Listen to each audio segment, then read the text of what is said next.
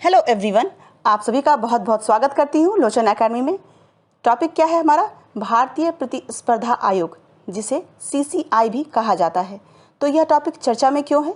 तो भारतीय प्रतिस्पर्धा आयोग ने गैर प्रतिस्पर्धी व्यवहारों में शामिल रहने पर 3 फर्मों पर कुल 2.7 करोड़ रुपए का जुर्माना लगाया है। तो चलिए इसको विस्तार से समझेंगे। सबसे पहले प्रतिस्पर्धा का अर्थ को समझते हैं। तो प्रतिस्पर्धा का अर्थ हुआ बाजार की एक स्थिति से है जिसमें विक्रेता लाभ, बिक्री या बाजार के हिस्से संबंधी कारोबारी उद्देश्यों को हासिल करने के लिए खरीदार का संरक्षण प्राप्त करने के लिए स्वतंत्र रूप से प्रयास करता है। यानी इसको क्या और बोल सकते हैं कि इसका मतलब क्या हुआ कि यह बाजार में प्रभुत्व प्राप्त करना या प्रतिफल अथवा लक्ष्य हासिल करने के लिए एक उद्यम द्वारा दूसरे व्यापारिक उद्यम के विरुद्ध प्रतिस्पर्धा करने का रूप है। यही वह बुनियाद है जिस पर बाजार व्यवस्था काम करती है।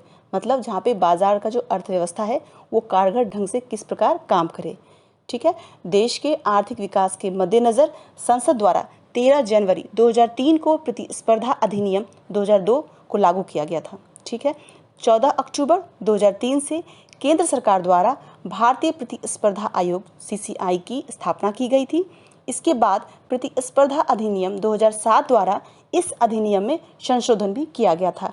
यह भारत सरकार का एक वैधानिक निकाय है। अब जानेंगे कि सीसीआई को लाने का क्या उद्देश्य है। तो प्रतिस्पर्धा पर प्रतिकूल प्रभाव डालने वाले कार्यों को रोकना, प्रतिस्पर्धा परामर्श आरंभ करना, बाजार में सतत प्रतिस्पर्धा को बढ़ावा देना, प्रतिस्पर्धा मुद्दों पर जन जागरूकता का सृजन करना, उपभोक्ताओं के हितों की रक्षा करना, प्रशिक्षण देना भी अपेक्षित है। आयोग को विधि के अंतर्गत स्थापित किसी भी सांविधिक प्राधिकरण से प्राप्त होने वाले संदर्भ पर प्रतिस्पर्धा संबंधी मुद्दों पर अपनी राय देना, साथ ही व्यापार की स्वतंत्रता को निश्चित करना। अब समझेंगे इसकी संरचना किस प्रकार से होती है। तो सीसीआई की संरचना में एक अध्यक्ष समेत 6 सदस्य शामिल होते हैं। अध्यक्ष एवं सदस्यों की नियुक्ति के लिए एक चयन समिति होती है।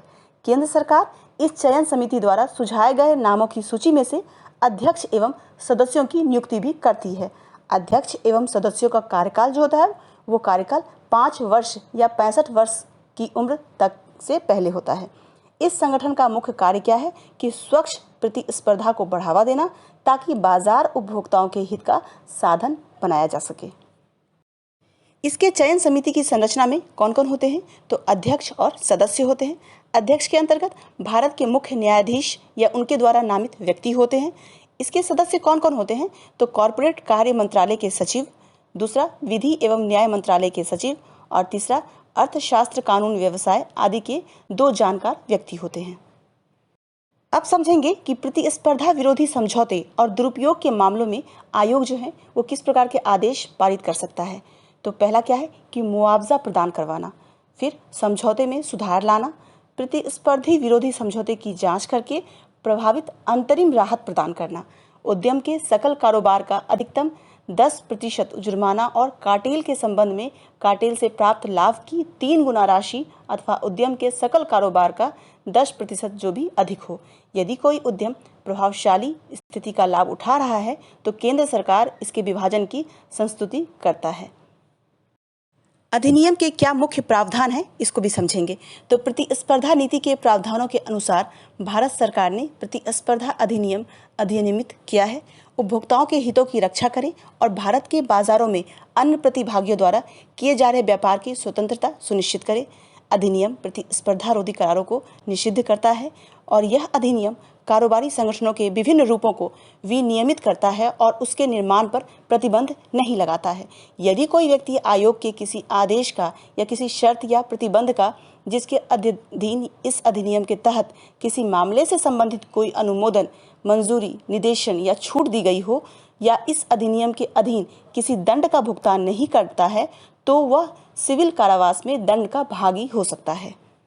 तो हमारे चैनल को लाइक करें, सब्सक्राइब करें और अपने फ्रेंड्स को शेयर करें। आज के लिए इतना ही। Thank you.